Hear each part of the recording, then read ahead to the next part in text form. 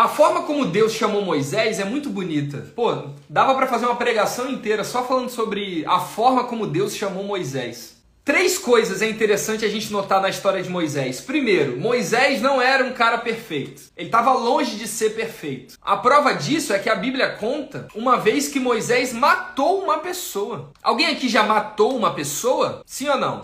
Se você já matou, não fale. Mas é interessante a gente notar isso. Por quê? Porque muitos de vocês se acham indignos para serem usados por Deus por causa dos pecados de vocês. Porém, os nossos pais da fé, com certeza, pecaram mais que a gente. A grande maioria.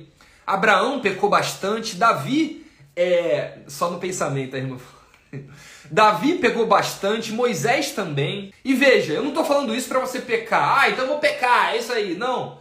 Eu estou falando isso porque se Deus usou os nossos pais da fé que pecaram mais que a gente, imagina como Deus pode nos usar. Imagina onde Deus pode nos levar. Comenta aí, eu quero ser usado por Deus. Quando Deus chama Moisés, ele chama ele de um jeito bem interessante. Ele chama numa sarça ardente. Daria para eu falar muita coisa nessa história, só que como eu estou resumindo a Bíblia, não vai dar tempo.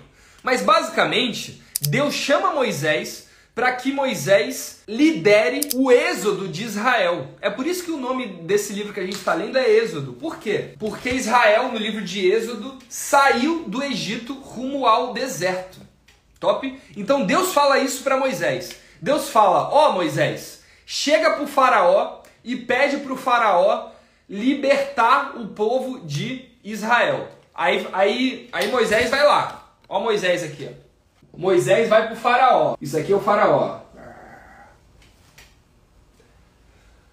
Então Deus manda Moisés chegar para o faraó e falar, liberta meu povo aí, faraó. Aí o faraó fala, não.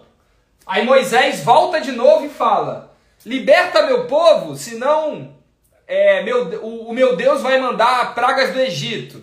Aí Moisés fala, aí o faraó fala, duvido. Aí Moisés fala, liberta meu povo, senão a água vai virar sangue. Aí a água vira sangue. Aí o faraó fala, dane-se. E aí Deus manda mais uma praga, mais uma praga, mais uma praga.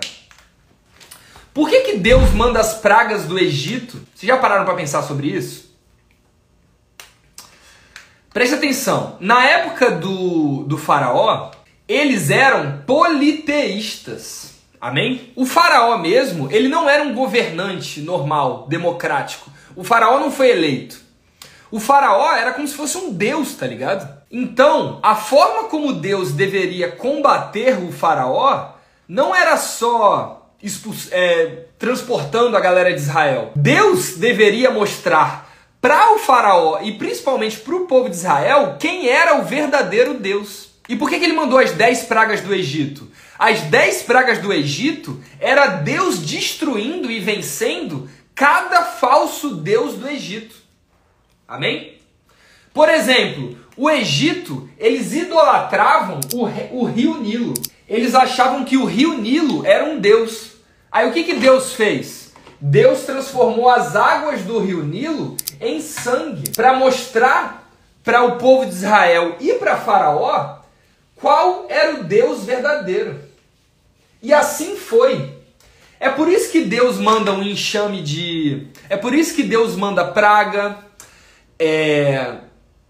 insetos, úlceras. Por quê? Porque cada coisa dessa era um Deus pagão que Deus estava vencendo. E presta atenção, eu vejo bastante misericórdia de Deus nessas pragas. Por quê? Se o povo do Egito prestasse atenção no que estava acontecendo, eles poderiam se converter ao verdadeiro Deus que existe. Por quê? Porque ao Deus derrotar todos os deuses egípcios, tipo assim, o faraó e a galera do Egito podiam se converter ao Deus verdadeiro. Por que não? Então as pragas de Deus também foram uma misericórdia de Deus para que o pessoal do Egito abra os olhos para a idolatria deles. O nosso Deus, ele nunca faz as coisas por fazer. Ele nunca faz as coisas porque ele é mau. Ah, eu vou te maltratar. Eu vou te matar.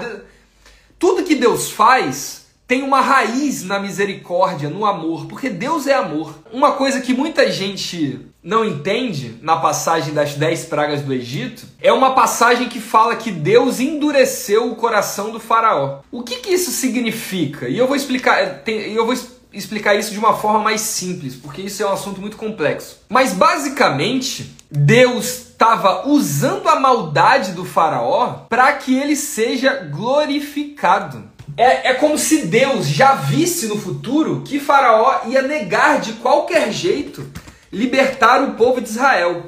Então Deus usou isso para que ele seja glorificado, para que ele mostre que ele é o verdadeiro Deus dos egípcios. Eu quero que vocês entendam uma coisa. O livro de Êxodo é um livro que pode ser dividido em duas partes. A primeira parte é até o capítulo 11, mais ou menos, quando o povo de Israel é libertado do Egito.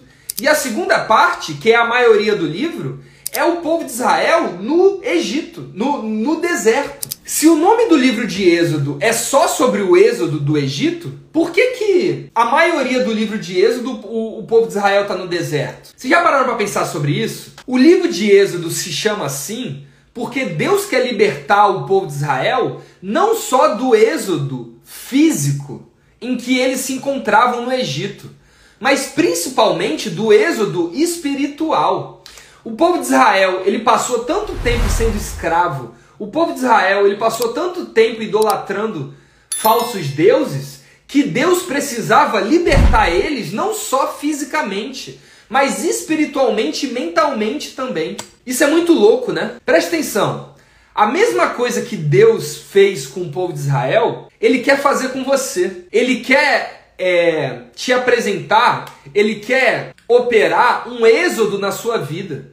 Quando você se converte a Jesus, você faz um êxodo na sua vida.